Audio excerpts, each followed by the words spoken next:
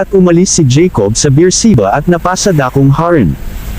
At dumating sa isang dako, at nagparaan ng buong gabi roon, sapagkat lumubog na ang araw, at kumuha ng isa sa mga bato sa dakong yaon, at inilagay sa kanyang yulunan, at nahiga sa dakong yaon upang matulog.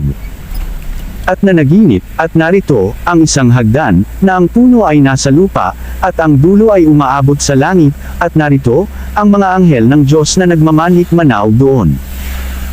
At narito, ang Panginoon ay nasa kataas-taasan ni Yaon, at nagsabi, Ako ang Panginoon, ang Diyos ni Abraham na iyong ama, at ang Diyos ni Isaac, ang lupang kinahihigaan mo ay ibibigay ko sa iyo at sa iyong binhi. At ang iyong binhi ay magiging parang alabok sa lupa, at kakalat ka sa kalunuran, at sa silanganan, at sa hilagon, at sa timugan at sa iyo at sa iyong binhi ay pagpapalain ang lahat ng angkan sa lupa. At narito, ang Panginoon ay nasa kataas-taasan ni Yaon, at nagsabi, Ako ang Panginoon, ang Diyos ni Abraham na iyong ama, at ang Diyos ni Isaac, ang lupang kinahihigaan mo ay ibibigay ko sa iyo at sa iyong binhi.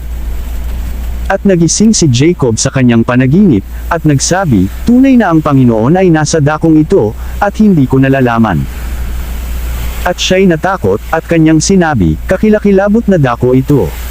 Ito'y hindi iba kundi bahay ng Diyos, at ito ang pintuan ng langit.